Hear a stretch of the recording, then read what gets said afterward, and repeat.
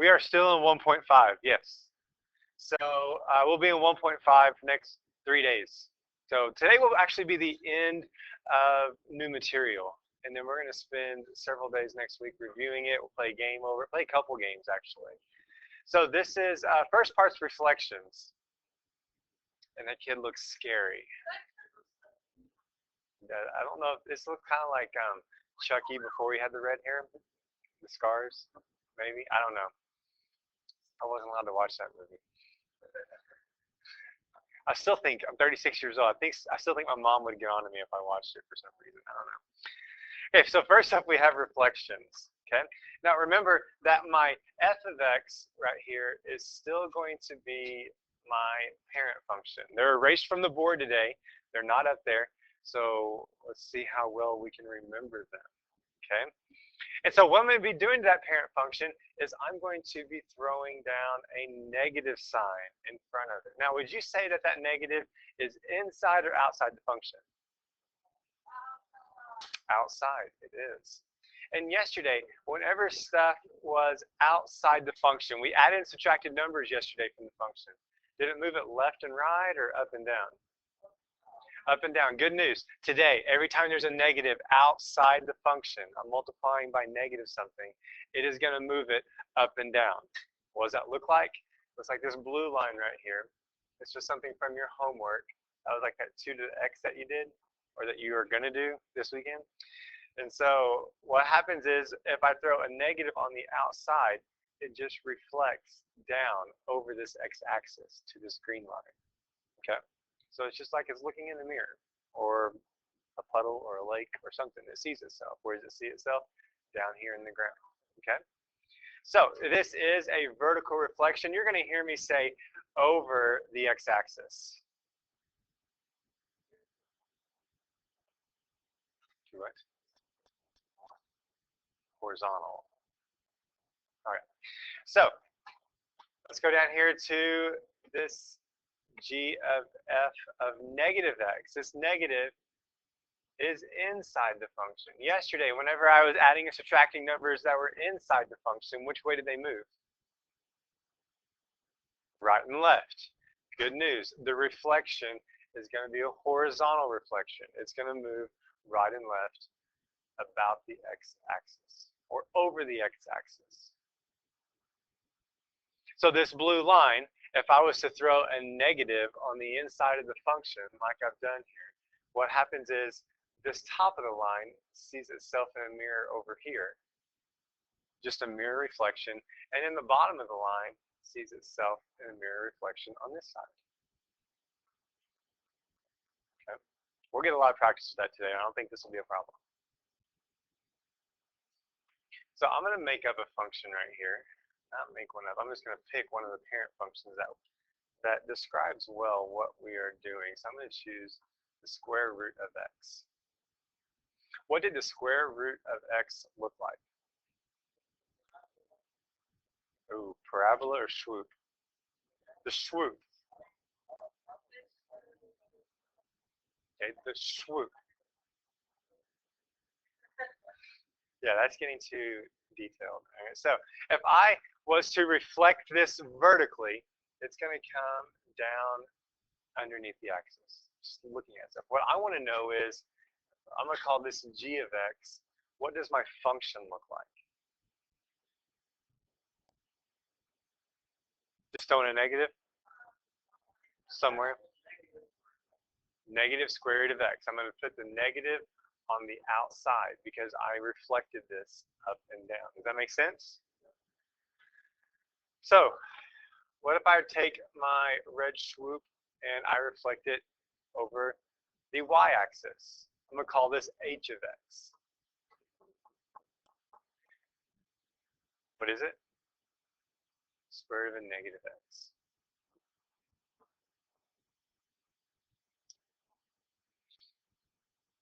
Sorry, that green's tough to see. It says square root of negative x. Okay.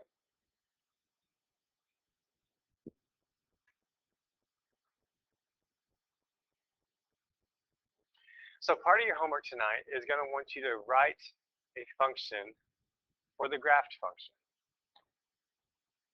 All right. see how hard I can make this.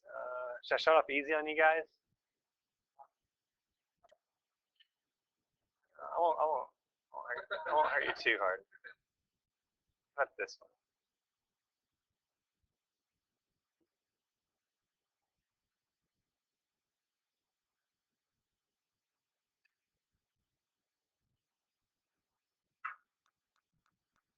All right, what is my parent function on this one?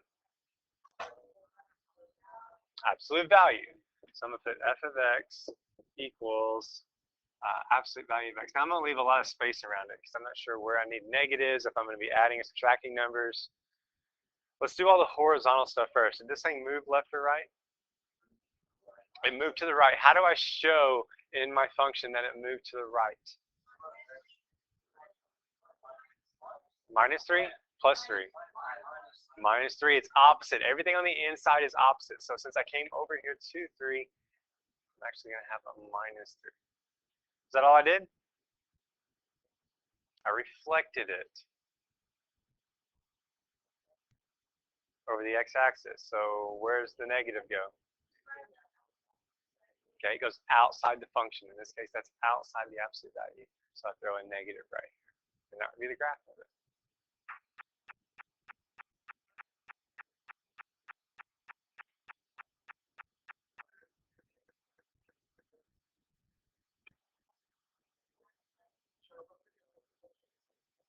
Oh yeah, he's coming soon. All right, I want to do one more.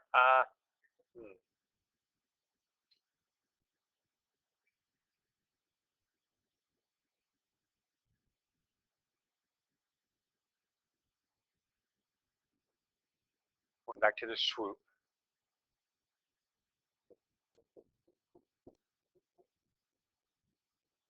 Plus square root of x. What all happened to the swoop? It what? 180 degrees. I rotated it. How do I rotate something 180 degrees? Reflect it twice. Not only, here's my original swoop right here. I reflected it over the y-axis, which puts a negative where? Inside the function. And then I reflect it again down here. That rotates it 180 degrees. And then, so whenever I reflect it down, it puts the negative on the outside.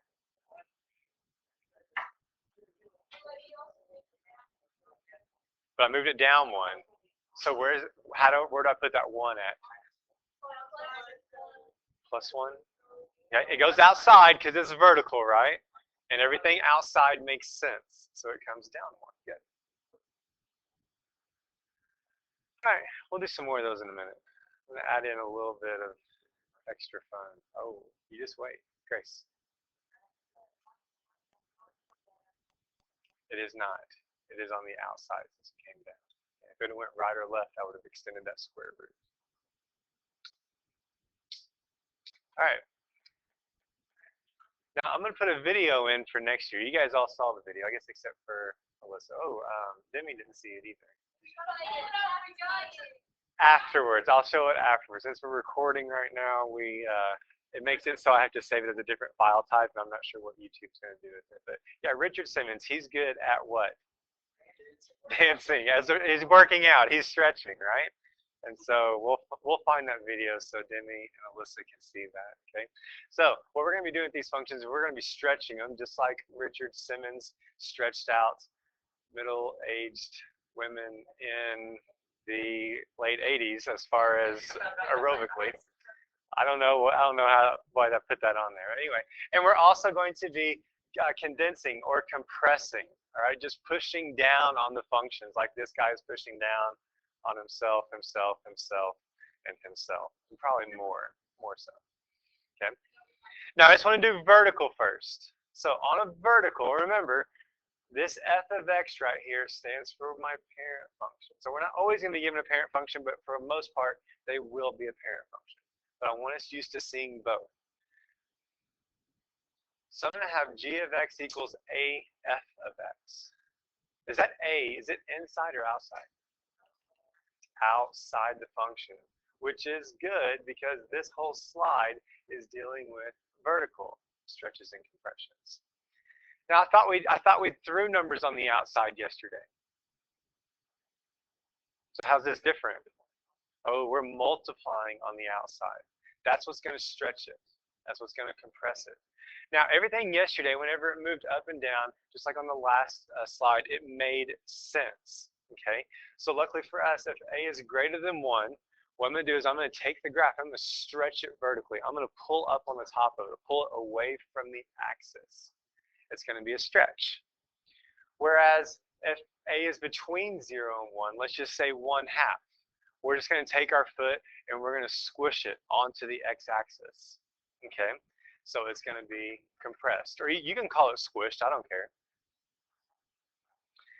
This confuses a lot of people, so I went ahead and put this on this slide. If A is less than 0, if A is less than 0, we are talking about having to do a reflection and then come up here and either do a stretch or compression. So you're going to see me treat it as two different transformations.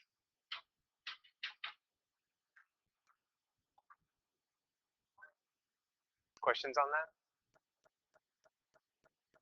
Okay, at least get that written down. It's in your slides, so you can have it. I think it'll make sense before we get started on homework. So just as a visual picture for you, I know this graph might not look familiar when you, or if you take stats with me either this year or next year, you will see something that looks very similar to this, okay? And so this blue line right here is my parent function. Now I just want to show you just the physical movement that we're doing on this. If I'm wanting to do a vertical stretch, it's like I'm hanging on to it on the axis, but I'm just making it so it's taller, okay? Changes the shape of it a little bit, looks a little bit skinnier, but it's also taller. Whereas if A is between 0 and 1, like this 1/2 right here, it's like I'm stepping on it, making it smaller and go down, okay? So that's what I want to do with some of these graphs. Let's do it to this line graph. I apologize, I should have printed this off, but if you want to, you can just do a rough sketch of this. But this is the amount of rain Dexter received during the first 9 days of April. Okay, St. Louis only got half as much rain each day. So sketch a graph of St. Louis's rainfall during this period. So let's just let this red line up here be f of x. That's the amount of rain Dexter received. And what I'm going to do is I'm going to put another line underneath it, g of x. That'll be St. Louis's rainfall.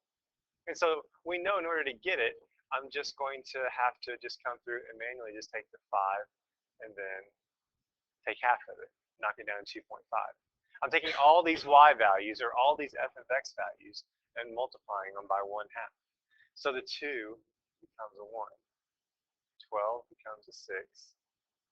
7, a 3.5.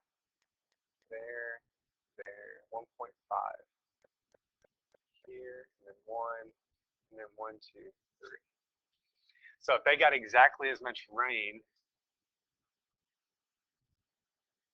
I would go through, connect these dots. It would look like this. What I'm really wanting you to see on this graph is that I took this red line and I'm just stepping on it and compressing it down by 1/2. Okay?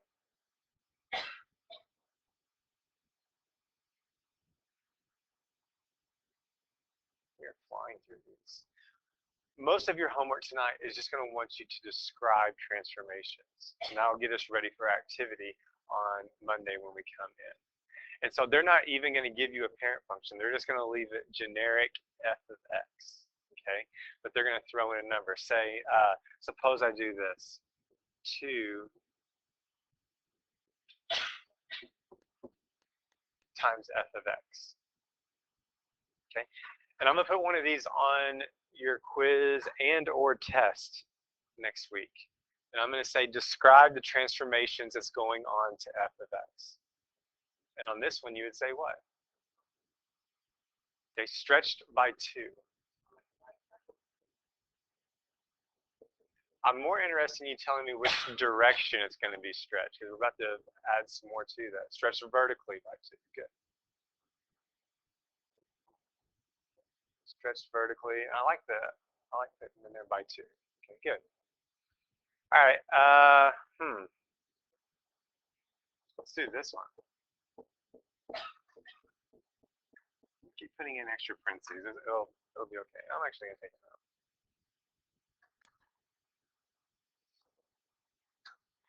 Stop doing it here in a minute. F of x. Good. All right. So negative 1/3 f of x.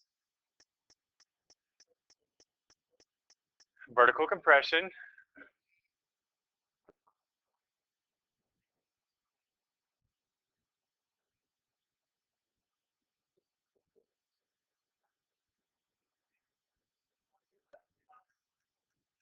It's a mixture. Oh, so what else am I doing? Reflecting across the x-axis. So I have to treat this negative and the 1/3 as 2 different transformations. So vertical compression and reflected over the x-axis.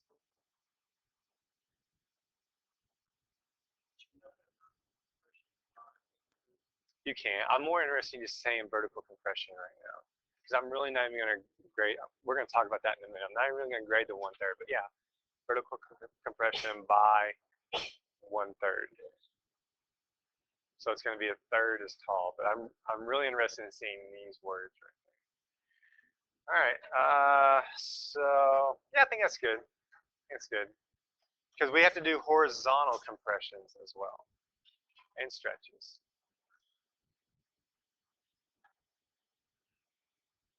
Okay, so for a horizontal stretch or compression, we're going to see, again, multiplying, but just like horizontal was inside yesterday, this b is going to be multiplying on the inside of my function.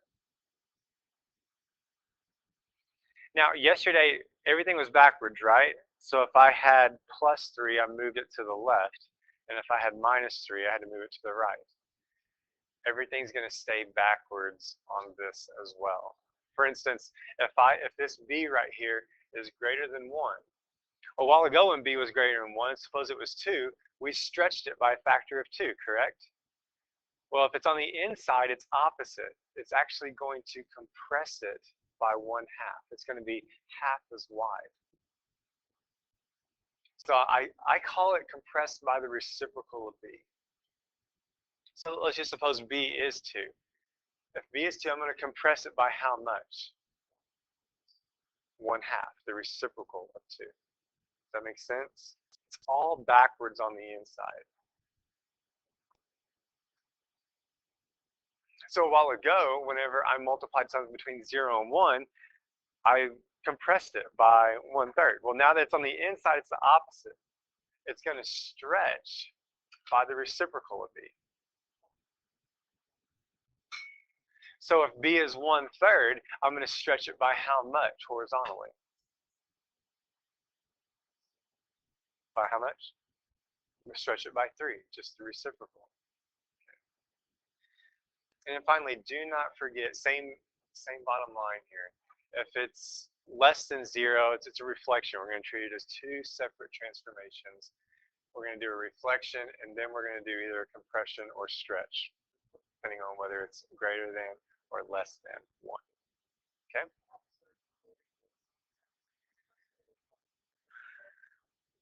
Most of the time it won't matter, but we will go over that before the end, okay? The order in which we want to do things. So which one of my functions is this? The blue one. Parabola, which is the what? X squared term. So this blue function right here is f of x equals x squared.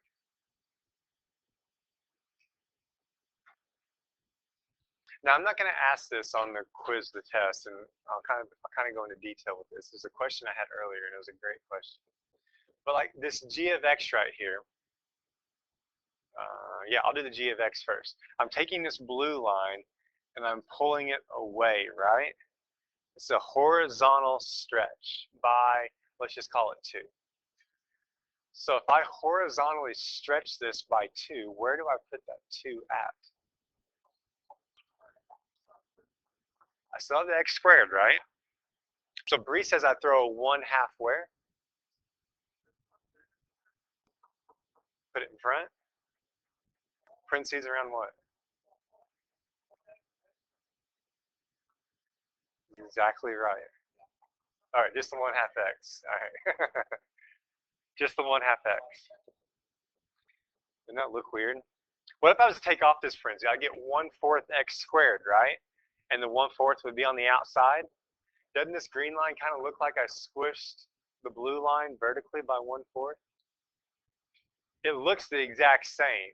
That's why I'm not going to be asking you to write a formula for this unless I put arrows on it. Okay. So let's do the h of x, the red line. H of x, I took the graph and I compressed it. I pushed it towards the axis. Let's just say by a factor of 2, like it says up here. So I still have my x squared. What do I need to put in to there? Where's the 2 go? Goes in front. So it's just 2x squared. Again, I need it parentheses because it's moving horizontally. That's really confusing with what we've done earlier in this lecture, all right? Because it also looks like maybe I just took this red line and I made it taller. It became skinnier, right? So how do we know which way it goes? They do look the same, okay? And for what we're going to be doing in here, they are the same. So same idea. So you are right in thinking that it does look the same because it is going to be the same. Okay, let's describe a couple more functions, and then I'll have you guys make some up. Let's do f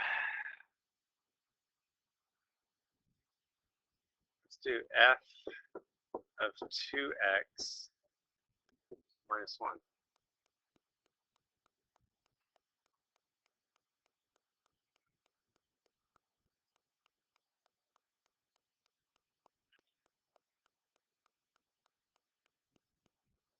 F of 2x minus 1. I would start on the inside and work our way out. Okay, so what's being done on the inside of this function right there? What's that 2 doing to it? Horizontal compression, okay? It's on the inside, so it's horizontal.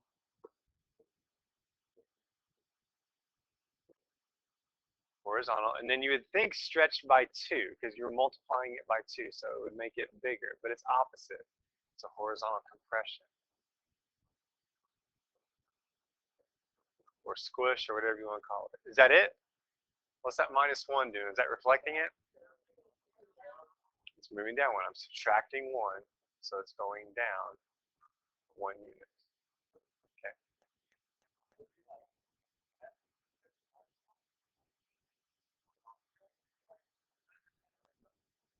For what we're going to do in here, we won't have a lot that's has a horizontal compression and a horizontal shift, because I'm going to talk about that a little bit on Tuesday, but for right now, I don't foresee us having a whole lot like that. All right, let's do f of negative 1/4 x.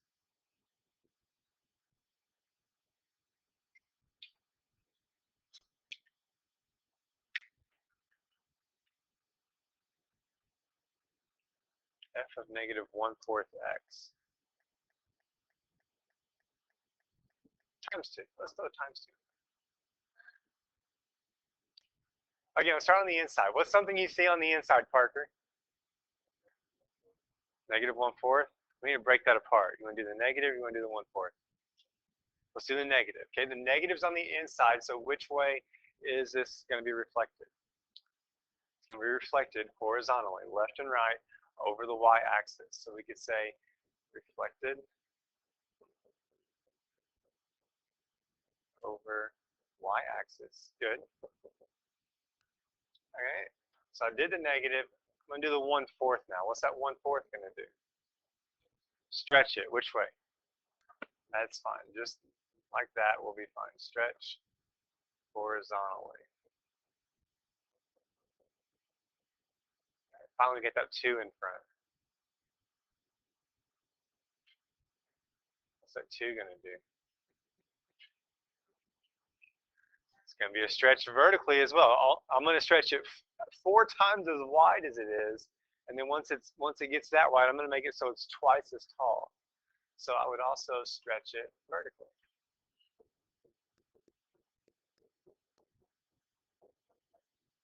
Stretch vertically. All right, let's see what all this looks like with our parent functions. Okay, it's time to get out of here. Okay. All right, Jaden, give me one of my 7 basic parent functions we went over.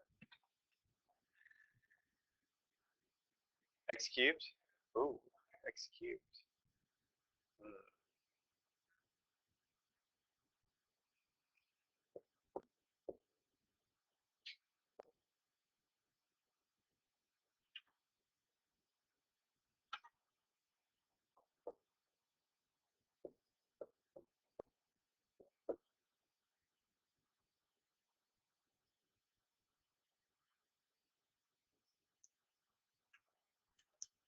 Did a really good X cubed one last time. I don't remember what it was.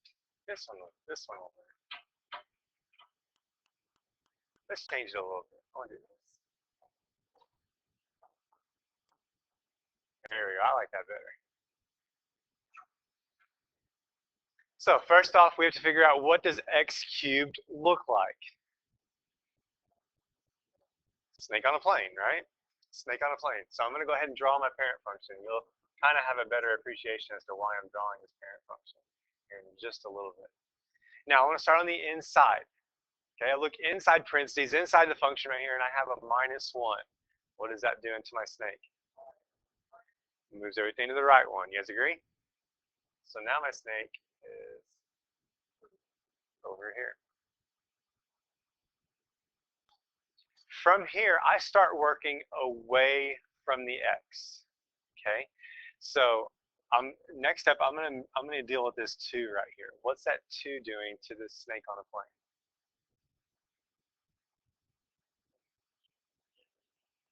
Vertical stretch. It's outside the function, so it's vertical. It makes sense. It's got to be twice as big.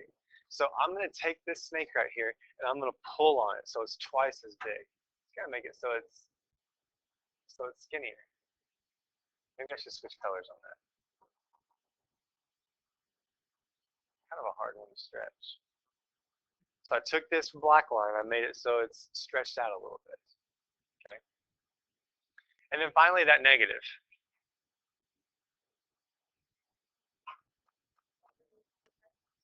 Reflect over the X. There's a lot of stuff going on. So we're just taking it a piece at a time.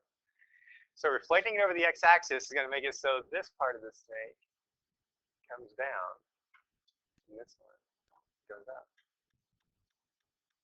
So there we go. I want to see a stretched out snake move to the right one that's been turned around. We're going to do a lot more practice with this next week. All right. So but for now, I just want to get you used to seeing it a little bit. All right. Let's do one more. So Grace, give me a parent function. Don't make it so it's x cubed, and don't do the constant or identity function. Cube root. Oh. Cube root. All right.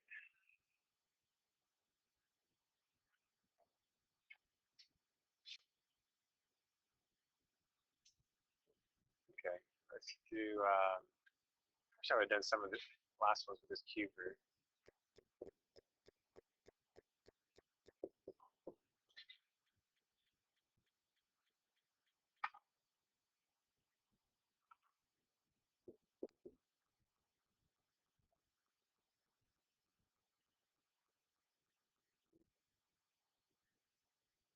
I'll just leave this one pretty basic. We might do an extra one. What does my cube root function look like? All right.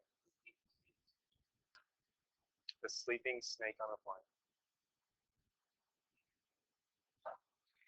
Starting on the inside, what's that negative going to do?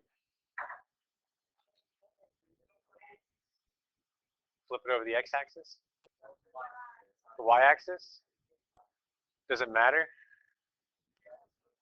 Does it? Flip it over the x-axis in your mind. Now flip it over the y-axis. Okay, it matters to Audrey. But everyone else, good news. If we're dealing with x cubed or the cube root of x, and you just have to do one reflection, it doesn't really matter which way you reflect it. Okay, so yeah, I've just got to reflect it. So it actually gets reflected over the y-axis in this case. So now the snake is coming back this way. Something like that. And then what's that plus 2 going to do to my snake? It moves it up 2. So I'm going to come up 2. Draw. Kind of missed my points there. Oh, but. And that would be my answer. All right, Annie, give me one more.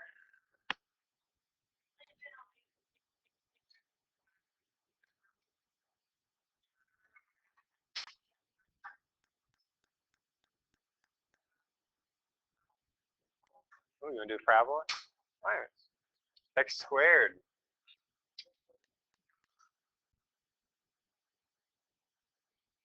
Let's do 1/3. Do negative 1/3. X minus 1 squared. How many transformations do I have going on in this one? 4. 3. Well, the good news, no one said 2. I was afraid someone was going to say 2. If you're thinking 4, maybe you got a bonus one I don't see. I'm thinking 3 on this one. Okay. So I've got my u right here. Start on the inside. Just a general rule, start on the inside on these functions. What's that minus 1 going to do? Right one. I think I just did that one. Sorry for the redundancy. So the u moved to the right one. Now, starting with, I want to start moving away from the x, so that 1/3's up next. What's that 1/3 going to do? Compresses it. Which way? Down or vertically? Yeah, it's like I'm taking my foot and I'm stepping on top of this parabola. So what happens to it? It gets squished.